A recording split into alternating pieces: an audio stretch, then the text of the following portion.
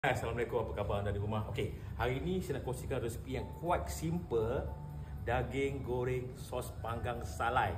Okey guys, look. Kat sini kita ada garlic, kita ada black pepper crush, kita ada ketumbar, kita ada halia. Kita masuk semua ni. Fokus sini kita fokus. Kita kacau sampai dia wangi.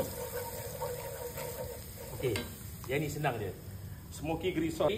Saya masukkan sos panggang salai ni.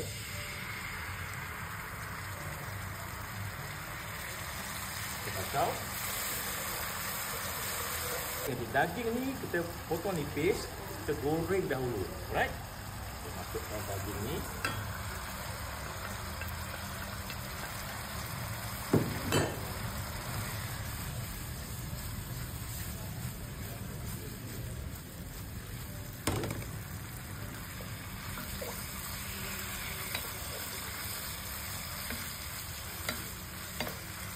Masukkan sedikit gula,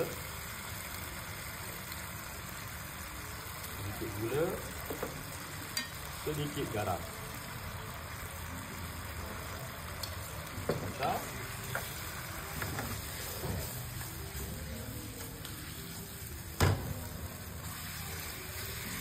Kemudian saya masukkan lada benggala dan bawang Holland.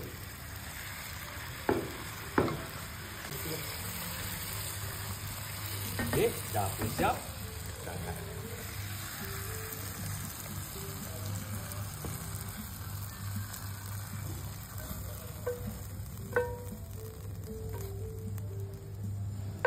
Okey. Dah pun siap satu resipi yang ringkas, daging goreng sos panggang salai. Chef Sabri, 84 Chicago, Milano.